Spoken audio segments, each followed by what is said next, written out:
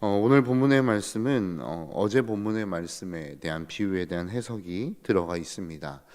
우리는 잘 알고 있죠. 가라지 비유. 그러니까 우리가 하나님께서 이 땅에 좋은 씨들을 뿌려 놓으셨는데 악한 영들이 와서 좋지 않은 씨를 뿌렸습니다. 그리고 그 좋지 않은 씨가 자라기 시작하면서 원래 좋은 곡식과 함께 자라는 것들을 보게 됩니다. 그때 일꾼들이 물어보죠. 이거 어떻게 하면 됩니까? 이거 뽑아버릴까요? 라고 질문하자 주인이 하는 대답이 가만히 두라는 겁니다. 이것은 추수 때까지 끝까지 함께 갈 것이다 라고 이야기하고 있습니다. 그리고 그 이야기에 대한 해석으로 오늘 본문은 말씀하고 있습니다. 밭은 세상이요, 좋은 씨는 천국의 아들들이요, 가라지는 악한 자의 아들이요, 가라지를 뿌리는 원수는 마귀요, 추수 때는 세상 끝이요, 추수꾼들은 천사다라고 말씀하고 있죠. 그러니까 어떻게 보면 이 세상에는 악한 자들이 존재하고 있습니다. 그리고 그 악한 자와 그리고 선한 자, 하나님의 백성이 함께 공존할 수밖에 없다라고 하는 겁니다. 많은 사람들이 하는 질문이 그런 것 아니겠습니까? 하나님이 살아계시다고 한다면 어떻게 이 세상에 악한 자들이 존재할 수 있습니까? 라고 하는 질문들을 하죠. 하나님이 진짜로 이 세상 가운데 역사하고 있다면 어떻게 저런 악한 자를 하나님은 가만히 내버려 두실 수 있습니까? 그 해답을 저는 오늘 본문이 주고 있다라고 생각합니다. 가만히 두라는 겁니다. 그들을 심판하다가 그들을 잘못 뽑아내려고 하다가 하나님의 사람들까지도 뽑힐 수 있기 때문이다라고 성경은 우리에게 말씀하고 있습니다. 이것이 어떻게 보면 한 사람 개인을 놓고 보면 그렇게 생각할 수도 있겠지만 우리의 마음속에도 동일한 것들이 존재하고 있는 것 같습니다. 우리의 마음 가운데도 하나님께서 뿌리신 좋은 것들이 있는가 하면 악한 것들이 뿌려놓은 나쁜 것들이 있죠. 우리의 마음속에는 언제나 늘 이 모든 것들이 공존하는 것 같습니다. 그래서 어제 담임 목사님 새벽의 말씀에서도 그런 말씀하시지 않았습니까? 네 가지 밭의 마음이 있는데 그 담임 목사님 안에는 네 가지의 밭의 모습이 다 같이 들어있는 것 같다. 그와 비슷하게 오늘 본문의 말씀도 마찬가지입니다. 내 속에서 좋은 곡식이 자라가고 있는 모습도 있는 반면에 가라지의 모습도 함께 자라가고 있는 모습들이 우리의 마음이다라고 하는 것이죠. 그래서 우리는 예수 그리스도를 믿고 회개합니다. 그런데 문제는 뭐냐면 아무리 회개하고 아무리 하나님 앞에 그것들을 돌이킨다 할지라도 내가 지나왔던 흔적, 악한 삶을 살아왔던 그 마음의 모습이라든지 삶의 흔적들은 지워지지 않는다는 겁니다. 여러분 한번 생각해 보시겠습니까? 내가 누군가와 다투었습니다. 그 다툰 그 이력이 내가 회개했다고 해서 사라지나요? 그렇지 않죠. 언제나 소문이 되어서 그것은 계속해서 남아 있습니다. 그것이 우리의 삶의 모습이라는 겁니다. 그러니까 우리가 이 땅을 살아가면서 하나님이 하지 말아라, 이것은 죄다, 이것은 악한 것이다 라고 말씀하실 때에 우리가 그것을 하지 말아야 되는 이유는 무엇이냐면 그것을 했을 경우에 그것이 우리의 인생의 끝까지 갈 수 있다는 사실입니다. 내가 무엇인가 좋지 않은 것을 봤어요. 내가 회개했다고 해서 그것이 한순간에 사라집니까? 아니죠. 우리의 머릿속에는 뇌리 속에는 계속해서 그것이 남아 있습니다. 그 잔상이 남아 있다라는 거죠. 그러니까 악한 영들이 우리의 마음과 우리의 생각 속에 무엇인가 좋지 않은 것을 뿌리고 그것을 내가 받아들이는 순간 그것은 어느 순간 보면 이제는 추수 때까지 이 세상 끝날까지 우리의 인생에 언제나 늘 꼬리표처럼 따라온다라는 것입니다. 그래서 우리는 우리의 인생 속에서 그 하나님께서 주시는 명령과 그 하나님이 주시는 우리의 삶의 모습을 따라 살아가는 것들이 필요하다라고 하는 것입니다. 왜요? 우리가 잘못 사는 순간 그 잘못 사는 그 모든 삶들이 그 시작을 통해서 끝까지 우리의 인생의 끝까지 계속해서 따라오는 그 모습들이 있기 때문에 그렇습니다. 그리고 그것이 우리의 삶 속에 끊임없이 영향을 미치기 때문에 그렇습니다. 예를 들어 어느 누군가가 호기심에 의해서 담배를 폈다라고 여러분 한번 생각해 보시겠습니까? 담배를 피면 니코틴에 중독이 되겠죠. 그렇다고 해서 내가 회개한다고 해서 어느 순간에 한순간에 담배가 확 끊어지나요? 그렇지 않습니다. 어떤 간증을 들어보면 예수 믿는 순간 담배 냄새도 맡기 싫어지고 막 구역질이 난다 이러시는 분들도 간혹 있는 것 같습니다. 그러나 이게 일반적인 모습은 아닙니다. 그것을 끊기 위해서 수많은 노력과 땀과 힘든 삶이 우리 가운데 필요하다라고 하는 것입니다. 그러니까 내가 이렇게 좋지 않은 것들에 대해서 손을 대기 시작하고 그것들을 접하기 시작하고 세상의 어떤 문화들을 접하기 시작하면 그것이 우리의 삶 속에, 우리의 인생 속에, 그리고 우리가 살아가는 그 모든 삶의 영역 속에 계속해서 영향을 미친다라는 겁니다. 악한 영이 가라지를 뿌렸을 때 그 가라지가 내가 회개했다고 해서 한순간에 사라지는 게 아니라는 거죠. 그게 발견됐다고 해서 한순간에 사라지는 게 아니라는 겁니다. 계속해서 우리의 인생을 따라다니며 우리의 인생에 영향을 미치게 되어져 있다라고 하는 것입니다.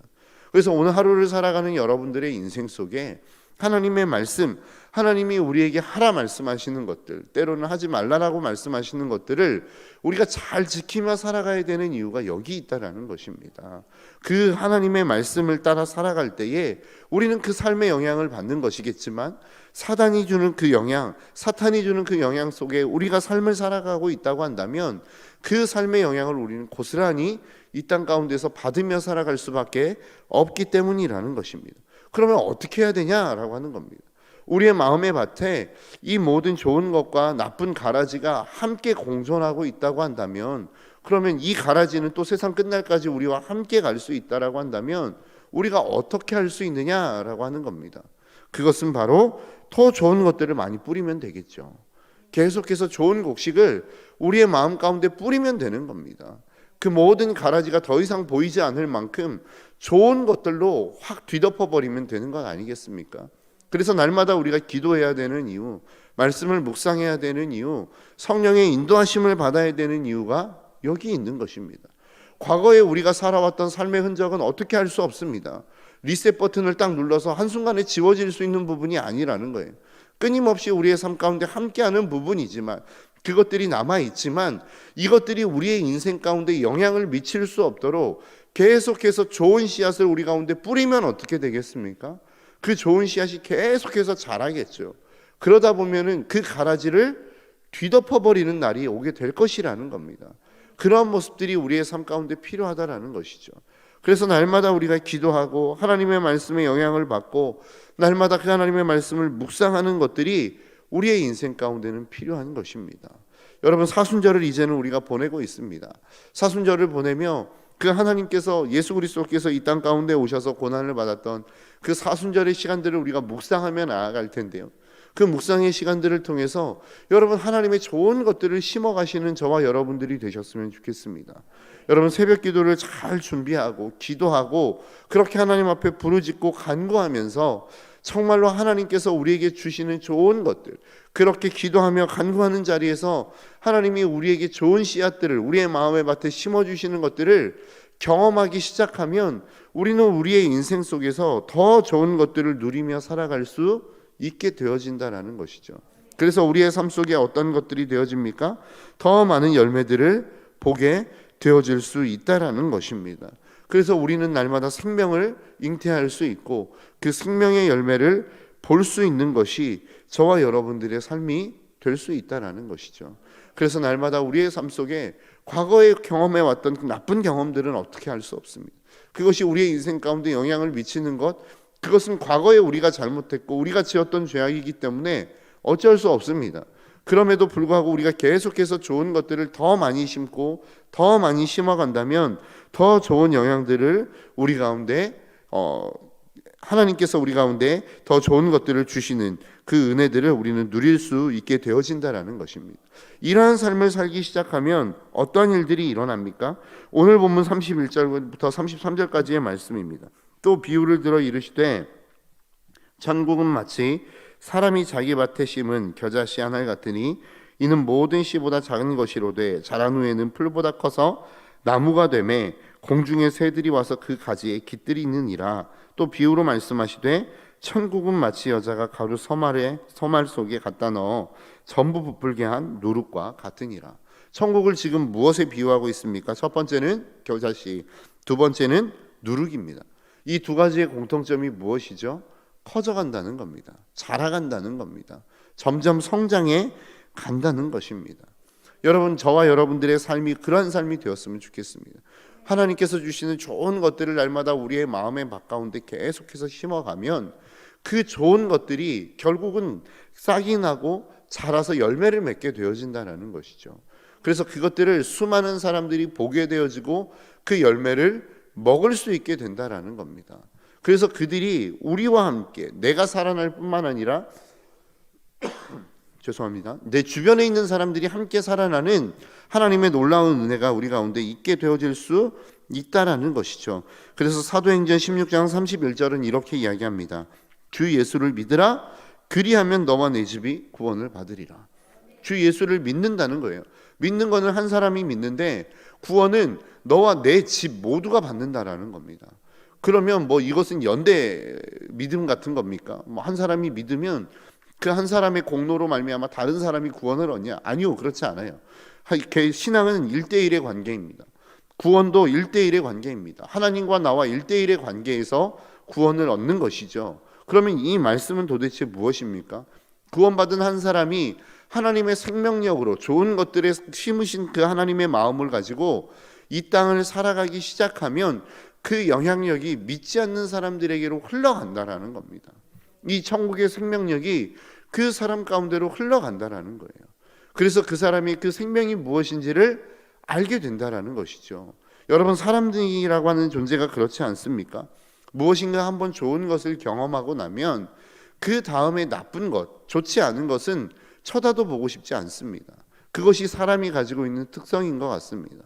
이와 마찬가지로 우리가 하나님의 나라의 신령한 것들을 한번 맛보고 나면 이 세상의 화려함들이 그렇게 좋아 보이지 않는다라는 것이죠. 왜 그렇습니까? 그것보다 훨씬 더 좋은 것을 경험하고 맛보았기 때문에 그렇습니다.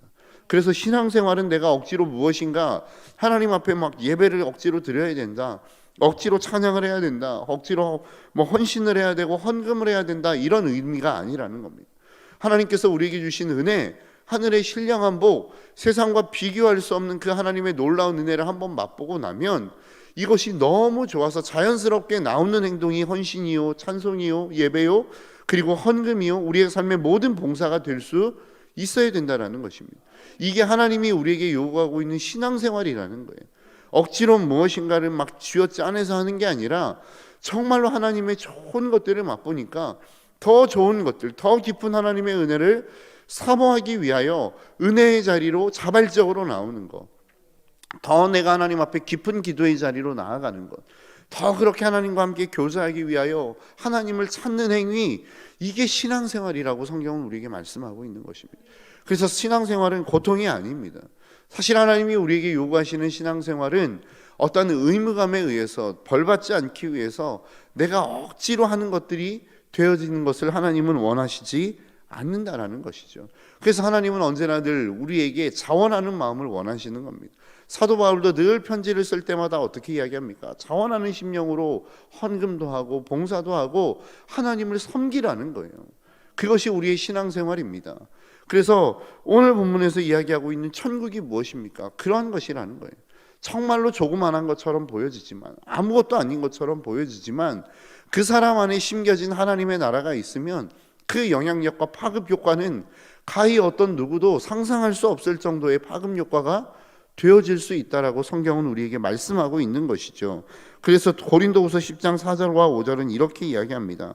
우리의 싸우는 무기는 육신에 속한 것이 아니요 오직 어떤 견고한 진도 무너뜨리는 하나님의 능력이라 모든 이론을 무너뜨리며 하나님을 아는 것을 대적하여 높아진 것을 다 무너뜨리고 모든 생각을 사로잡아 그리스도에게 복종하게 하니.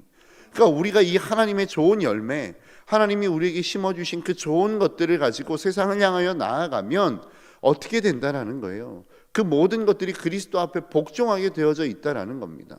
세상을 향하여, 그 세상이 어떤 세상이라고 이야기합니까? 모든 이론을 가지고 있는 세상입니다.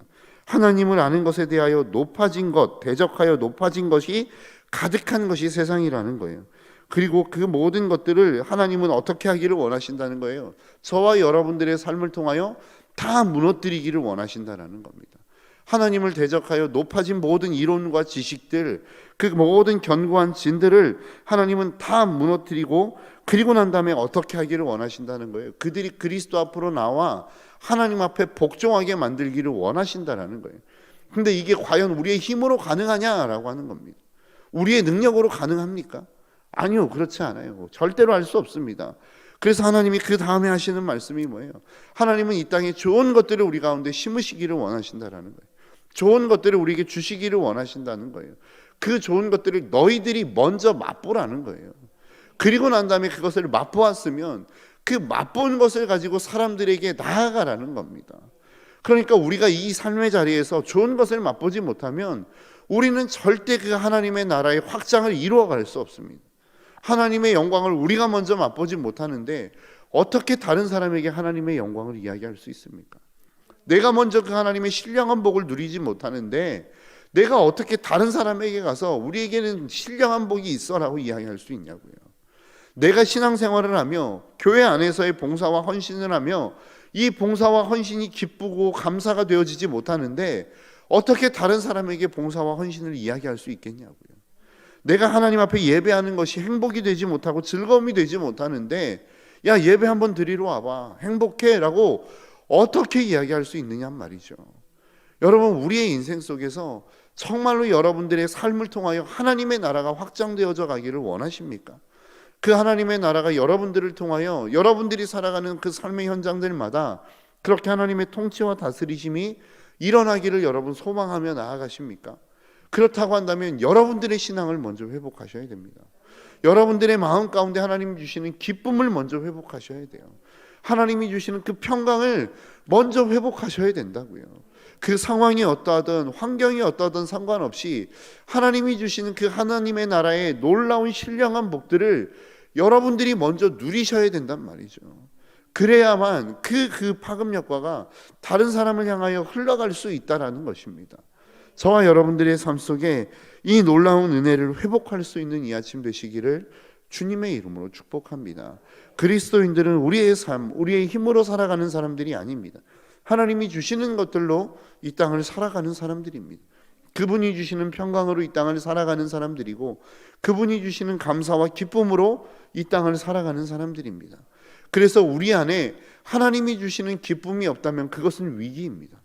하나님이 주시는 평강이 없다면 그 신앙생활은 위기라고요. 내가 아무리 이 예배당 안에 앉아 있고 이 예배당 안에서 열심히 예배를 드리고 있고 최선을 다해 봉사를 하고 있고 헌금을 하고 있다 할지라도 그 하나님이 주시는 신령한 복을 내가 누리지 못하고 있다면 신앙생활은 위기가 되는 거예요. 왜요?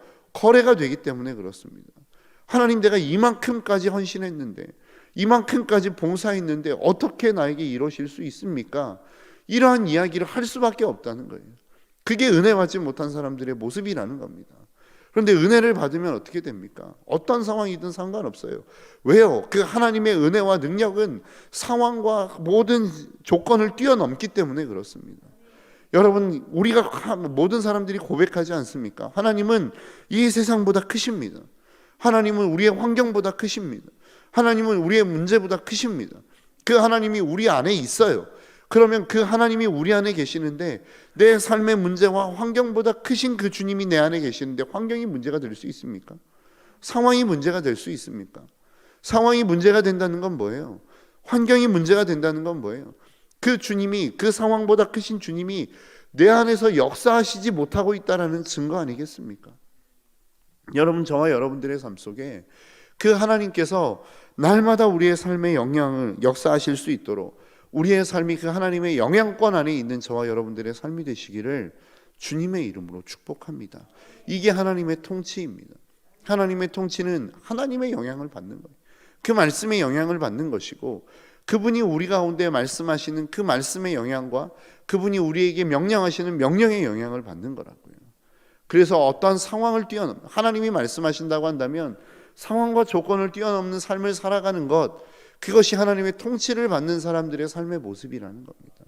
그 삶이 가능해질 때에 비로소 우리가 세상을 향하여 나아가 심겨진 겨자씨와 같은 역할을 감당할 수 있다는 거예요. 그래서 비로소 내가 나아가 세상 가운데 살아갈 때에 누룩과 같은 삶으로 이 땅을 살아갈 수 있다는 겁니다. 내 안에 생명이 없는데, 내 안에 겨자씨의 생명이 없고 내 안에 누룩의 모습이 없는데 어떻게 이것을 세상 가운데 퍼쳐가며 살아갈 수 있겠느냐라고 하는 것이죠. 여러분, 진짜 우리의 인생 속에 하나님의 나라를 꿈꾸고 있고 그 하나님의 나라가 정말로 이 땅 가운데 확장되어져 가기를 원하신다고 한다면 세상이 변화되어지기 이전에 여러분들의 변화를 먼저 소망하시기를 주님의 이름으로 축복합니다. 여러분 안에 생명이 있으면 여러분 그 생명은 자연스럽게 퍼져가게 되어 있습니다. 그래서 우리는 세상의 빛이다. 사람들이 그 등불을 켜서 말 아래 두지 아니하고 등경 위에 둔다. 왜냐하면 빛은 세상에 감출 수 없기 때문이다라고 이야기하고 있어요. 세상이 우리의 빛을 보지 못하는 이유는 내 안에 빛이 없기 때문이지 그 빛을 드러낼 수 없기 때문이 아니라는 것입니다. 여러분, 저와 여러분들의 삶 가운데, 오늘 하루를 살아가는 저와 여러분들의 삶 가운데 그 하나님의 생명이 충만한 삶을 살아갈 수 있는 저와 여러분들의 삶이 되시기를 주님의 이름으로 축복합니다. 그래서 저와 여러분들의 인생 속에 우리가 살아가는 그 모든 삶의 자리에 하나님의 나라가 확장되어져 가는 이 놀라운 축복과 은혜가 저와 여러분들의 삶 가운데 풍성하게 나타나시기를 주님의 이름으로 축복합니다. 기도하겠습니다.